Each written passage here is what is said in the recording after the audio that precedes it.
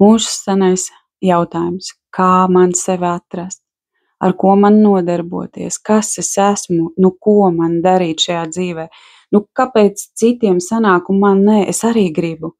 Es arī gribu darīt, saņemt prieku, gandrījumu, kaifu un naudu pats galvenais, ja? Jo mēs visi gribam apvienot šo te hobiju patīkamo ar liederīgo un tad viss būs forši. Tu ej pa YouTube, ja? Es, piemēram, meklēju savu nodarbošanos YouTube. Tur ir ļoti daudz angļu valodā rakstiņu un video, kā atrast savus hobijus, kā atrast savu nodarbošanos, un tur tiek piedāvāti visi iespējamie hobiji pasaulē, kas tev varētu aizraut, kas tev varētu patikt. Un tu tagad ņem un šķirsti, tāpat kā es, un skaties, tur kaut kādas ziepītes varētu izliet, tur varētu sveces, vai ne, ļoti skaisti, taču noderīgi, tur smaržiņas, tur šī kosmētika. Bet tu taču neesi nekāds ķīmiķis, kā tu tur kosmētiku tagad uzveidos. Un tevi ieslēdzās vienmēr, kāpēc nē? Kāpēc nē? Kāpēc nē šito? Šito varētu, bet kāpēc nē?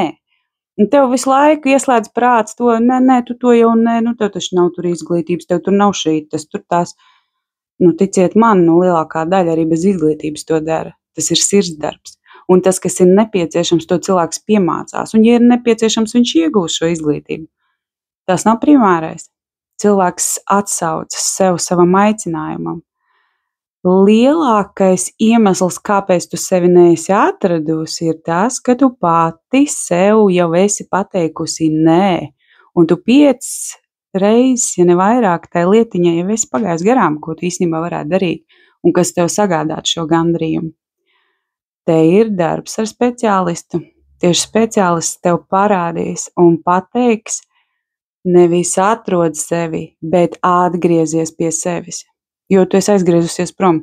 Tu savu fokusu esi nolikusi visur citur, tikai ne uz sevi, jo tu sev jau nevari atļaut. Tu taču nemāki, tu taču nezini.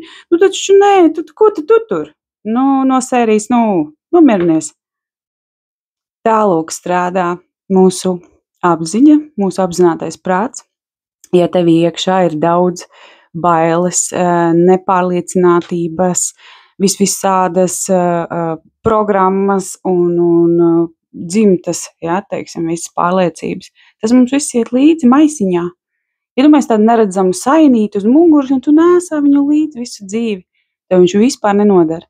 Šajos laikos tas ārkārtīgi maz tur ir iekšā, kas tev nodara. Šajos laikos ir vajadzīgs pavisam citas lietas un citas vērtības. Atrod speciālistu, izstrādā to ārā, un tu uzreiz redzēsi, ar ko tu vēlies nodarboties un ko patiesībā tu dzīvē gribi. Netērē laiku, nešķirst YouTube, dari lietas, izdari arī tā, kā es izdarīju savulaik. Es atradu speciālistu, aizgāju, terapiju izgāju, izdomāju, ka es to vēl izmācīšos. Un tagad tas ir mans dzīves aicinājums, jo es sasaucu sevi ar to visu, es atradu sevi tajā. Protams, ka viss nebūs psiholoģija, terapeiti un vispār, protams, ka ne, bet tev ir tavējais. Un, lai tu tiec pie savējā, tev ir jānosmeļ nost tas, kas tev tur guļ virsū, visi tie krāmi, pēdiņās. Tas viss ir jānoņem nost. Un tad tu patiesā, un beidzot tu būsi pagriezusies pret sevi. Ja? Un tā arī mēs sakam atrast sevi.